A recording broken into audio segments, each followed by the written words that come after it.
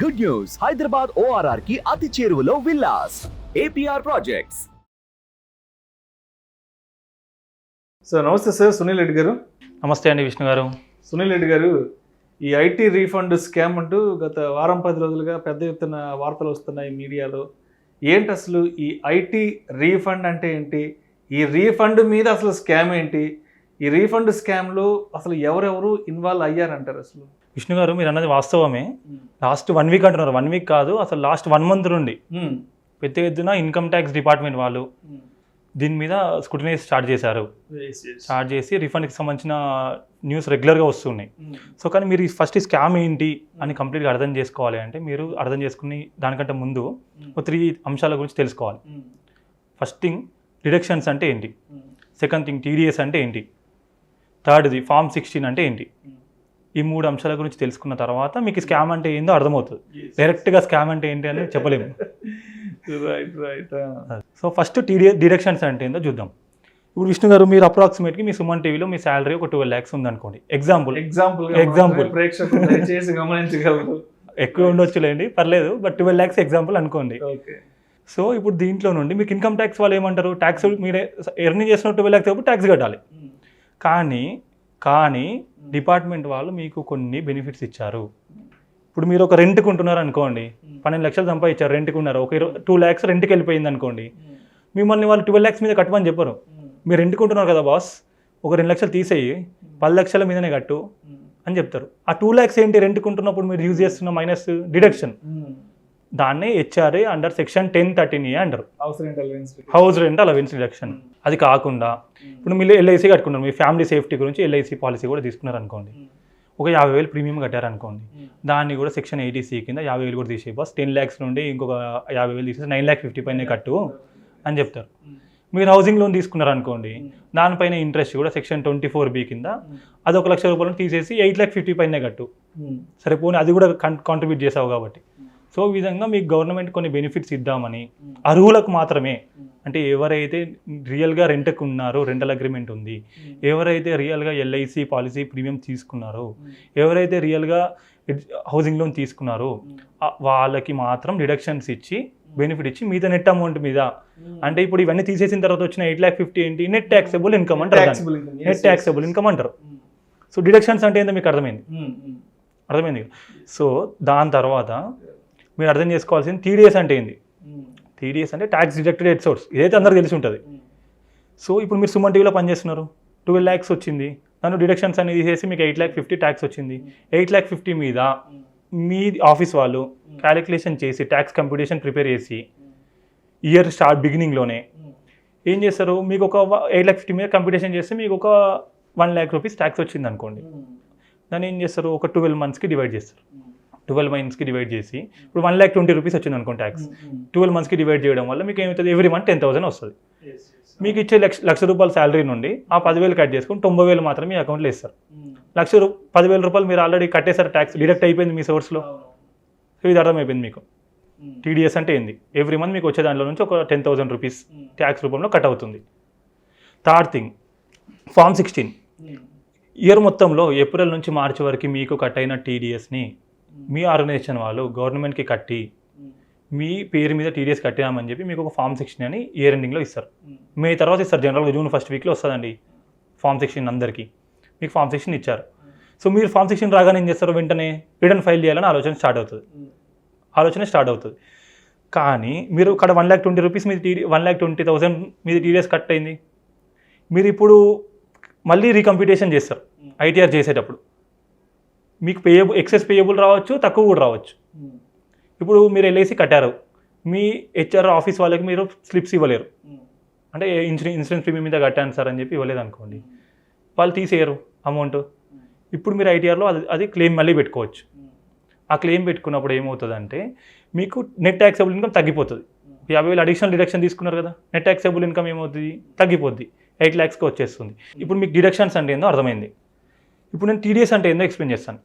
TDS అంటే tax deducted source. Tax deducted source అంటే మీరు ఇప్పుడు సుమన్ టీవీలో పనిచేస్తున్నారు కదండి, మీకు 12 lakhs ఉంది, 12 lakhs మీద మీ HR వాళ్ళు క్యాలిక్యులేషన్ చేసి మీకు ఒక 1,20,000 rupees TDS వచ్చింది ట్యాక్స్ అని క్యాలిక్యులేషన్ చేసి ఎవ్రీ మంత్ మీకు వచ్చే ₹1,00,000 శాలరీ నుండి 10,000 డిడక్షన్ చేసి 90,000 మాత్రమే మీ అకౌంట్లో ఇస్తారు. మీ శాలరీ ఎంత 1,00,000, 10,000 కట్ చేసి మీ అకౌంట్లో ఎంత వస్తుంది? 90,000 వస్తుంది. అంటే 10,000 మీరు TDS కట్ అయింది మీది. సో ఇయర్ మొత్తానికి కలిపి ఏప్రిల్ టు మార్చ్ వరకు 1,20,000 డిడక్ట్ చేశారు. డిడక్ట్ చేసిన వాళ్ళు ఏం చేస్తారు, TDS రిటర్న్ ఫైల్ చేసి గవర్నమెంట్కి చూపిస్తారు. అది మీకు మేలో ఫామ్ 16 ఇస్తారు. మేలో కానీ జూన్ ఫస్ట్ వీక్లో కానీ మీకు ఫామ్ 16 ఇస్తారు. సో ఫామ్ 16 మీ చేతికి వచ్చిన వెంటనే మీరు మీ సొంతంగా కానీ రిటర్న్ ఫైల్ చేసుకోవచ్చు. మీ కన్సల్టెంట్కి ఫామ్ 16 పంపించి కూడా రిటర్న్ ఫైల్ చేయించుకోవచ్చు. మళ్ళీ ఇప్పుడు మీరు ఫామ్ 16 చేసేటప్పుడు మీరు ఒకవేళ LICకి సంబంధించిన కాంట్రిబ్యూషన్ని చూపించలేదు అనుకోండి, మీరు ఐటీఆర్లో కూడా మళ్ళీ ఐటీఆర్లో చూపించవచ్చు. అది ఆ 50,000 ఒకవేళ మీరు LIC కాంట్రిబ్యూషన్ చేశారనుకోండి, ఇప్పుడు ఐటీఆర్లో చూపించారు, ఐటీఆర్లో డిడక్షన్ క్లెయిమ్ చేశారు. డిడక్షన్ క్లెయిమ్ చేసినప్పుడు మీ ట్యాక్సేబుల్ ఇన్కమ్ ఏమవుతుంది? తగ్గిపోతుంది. నెట్ ట్యాక్సేబుల్ ఇన్కమ్ తగ్గిపోయినప్పుడు ఏమవుతుంది? మీకు ట్యాక్స్ తక్కువ వస్తుంది. సో మీరు ఎర్లియర్ 1,20,000 డిడక్ట్ అయింది, ఇప్పుడు మీరు క్యాలిక్యులేషన్ చేస్తే 1,00,000 వచ్చింది అనుకోండి, మీరు ఏం చేస్తారు? ₹20,000 రిఫండ్ అని పెడతారు. సో ఇప్పుడు లాస్ట్ మీకు రిఫండ్ అంటే ఏందని తీసుకొచ్చాను. సో ఫస్ట్ మీకు రిఫండ్ అనేది అర్థమైపోయింది. సో TDS కంటే మీ కరెంట్ నెట్ ట్యాక్సేబుల్ ఇన్కమ్ తక్కువ ఉన్నప్పుడు మీకు రిఫండ్ అనే కాన్సెప్ట్ వస్తుంది, రిఫండ్ అనేది వస్తుంది. ఈ కేసులో సో ప్రజెంట్ రిఫండ్ జెన్యూన్గా మీరు నిజంగానే LIC కాంట్రిబ్యూషన్కి 50,000 కట్టారనుకోండి, మీరు క్లెయిమ్ చేసుకున్నారనుకోండి డిడక్షన్, అది ఓకే. దానికి గవర్నమెంట్కి, డిపార్ట్మెంట్కి, ఎవరికి, నాకు, మీకు ఎవరికి ప్రాబ్లం లేదు. ఈ వీడియో కూడా సంబంధం లేదు. కానీ ఈ వీడియో ఇప్పుడు మనం ఎందుకు మాట్లాడుతున్నాము? ఫేక్ రీఫండ్ అంటే మీరు LIC ఏదైతే చూపించారో మీరు LIC కాంట్రిబ్యూషన్ చేయరు, కానీ కాంట్రిబ్యూషన్ చేశానని చెప్పి ఐటీఆర్లో చూపిస్తారు. ఫేక్ డాక్యుమెంట్ కూడా చూపెట్టారు. సెక్షన్ 80C అయిన దాంట్లో 50,000 వేసేస్తారండి, వేసేసి ఫైలింగ్ చేసేస్తారు. మీరు రెంట్కున్నారు, మీరు ఉండేది సొంత ఇల్లు ఉంటారు, మీరు హౌస్ రెంట్ అలవెన్స్ క్లెయిమ్ చేసుకుంటారు. నేను రెంట్కుంటున్నాను, నాకు ₹1,20,000 రెంట్ కట్టాను అని చెప్పి క్లెయిమ్ చేసుకుంటారు. FD చూపించేస్తారు. మీ పేరు మీద హౌసింగ్ లోన్ ఏమి ఉండదు. మీరు ఏం చేస్తారు? సెక్షన్ 24B కింద నేను ఇంట్రెస్ట్ ఆన్ హౌసింగ్ లోన్ లెక్క ఒక ₹2,00,000 క్లెయిమ్ చేసేసుకుంటారు. మీ పేరు మీద హౌసింగ్ లోనే ఉండదు. ఎందుకు? ఐటీఆర్ ఫైల్ చేసేటప్పుడు ప్రూఫ్స్ ఎవరు అడగరు. మీకు నంబర్స్ డైరెక్ట్గా ఫైల్ చేసేసుకోవచ్చు. అంటే లేని డిడక్షన్స్ని మీరు చేయని కాంట్రిబ్యూషన్స్ని మీరు డిడక్షన్ తీసుకోవడానికి అనర్హులు. మీరు ఏం కాంట్రిబ్యూషన్ చేయలేదు, చేసిన వాళ్ళకి మాత్రమే వచ్చే బెనిఫిట్స్ని మీరు చేయకుండా కూడా తీసుకునేదాన్ని ఫేక్ రిఫండ్ అంటారు. అడిషనల్గా ఇప్పుడు మీరు రిఫండ్ తీసుకోవడానికి అనర్హులు కదా. సో అయితే మరి ఇప్పుడు వస్తున్న ఈ వార్తలన్నింటినీ గమనిస్తే అసలు ఈ IT రీఫండ్ స్కామ్లో ఎవరెవరు ఇన్వాల్వ్ అయ్యారు, ఎవరెవరు హస్తం ఉందంటారు? అసలు రైట్ క్వశ్చన్ అండి. సో మెయిన్గా ఏంటంటే అసలు ట్యాక్స్ పేయర్స్కి అంత డీప్గా నాలెడ్జ్ ఉండదు. First thing, tax payer software employee అనుకుంటారు, సాఫ్ట్వేర్ గురించి తెలిసి ఉండదు, ఇన్కమ్ ట్యాక్స్ గురించి తెలిసి ఉండదు కదా. సో కొంతమంది ఫేక్ కన్సల్టెంట్స్ మనం వాడవచ్చు. ఫేక్ కన్సల్టెంట్స్ రాంగ్ కన్సల్టేషన్ ఇచ్చి, రాంగ్ కన్సల్టేషన్ అంటే వాళ్ళకి ఫేక్ ప్రామిసెస్ ఇస్తారు. ఇప్పుడు మీరు ఉన్నారండి, మీకు 12 lakhs ప్యాకేజ్ ఉంది, మీరు ఒక కన్సల్టెంట్కి అప్రోచ్ అయ్యారు, ఏఎన్ఏ కన్సల్టెంట్కి అప్రోచ్ అయ్యారు. ఆయన ఏం చెప్తాడు? ఫామ్ 16 చూసి, సార్ మీకు అదనంగా ఇంకొక ₹5,000 ట్యాక్స్ కట్టాల్సి వస్తుందండి, క్యాలిక్యులేషన్ చేశాను, 5,000 కట్టాల్సి వస్తుంది అని చెప్తారు. మీరు B అనే కన్సల్టెంట్కి పంపించారు. ఇప్పుడు ఇతను ఫేక్ కన్సల్టెంట్ అనుకోండి. అతను ఏం చెప్తాడు? సార్ మీకు నేను 1 lakh మొత్తం రిఫండ్ తెప్పిస్తాను, నాకు 20% ఇస్తారా అంటాడు. పర్సంటేజ్ మాట్లాడుకుంటారు, 15%, 20%, 10%. అలా కాదు, అది చెప్పేసి పర్సంటేజ్ చెప్పి మీకు ఇంకా ఏం ప్రామిస్ చేస్తాడంటే, సార్ ఏదున్నా నేనే చూసుకుంటాను, మీకు నోటీస్ రాదు, నాకు డిపార్ట్మెంట్లో కనెక్షన్స్ ఉంటాయి, నేను చూసుకుంటాను మొత్తం ఏదున్నా కూడా, మీకు రిఫండ్ తెప్పించే బాధ్యత నాది అన్నప్పుడు మీలాంటి ఒక కామన్ ట్యాక్స్ పేరు, ఒక కామన్గా ఒక ఆలోచించే ఒక కామన్ సెన్స్ ఉన్న ఎవరైనా కూడా మొత్తం అతను చూసుకుంటా అంటుండు, నాకు నా ₹1,00,000 రిఫండ్ అమౌంట్ వస్తుంది అన్నప్పుడు ఏం చూస్ చేస్తారు? సరే బాస్ చేసేయని చెప్తారు. ఇప్పుడు ఏమైంది? ఆ జెన్యున్గా కన్సల్టేషన్ ఇచ్చిన అతని క్లయింట్ పోయినట్టే.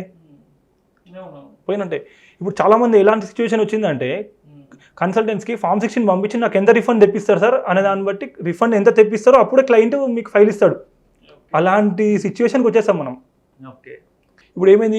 ఈ ఫేక్ కన్సల్టెంట్స్ రాంగ్ కన్సల్టేషన్ ఇచ్చి, ఫేక్ ప్రామిసెస్ చూపించి, లేనిది ఉన్నట్టుగా చూపించి, నేను మొత్తం చూసుకుంటానని భరోసా కల్పించి మిమ్మల్ని మోసం చేస్తున్నారు.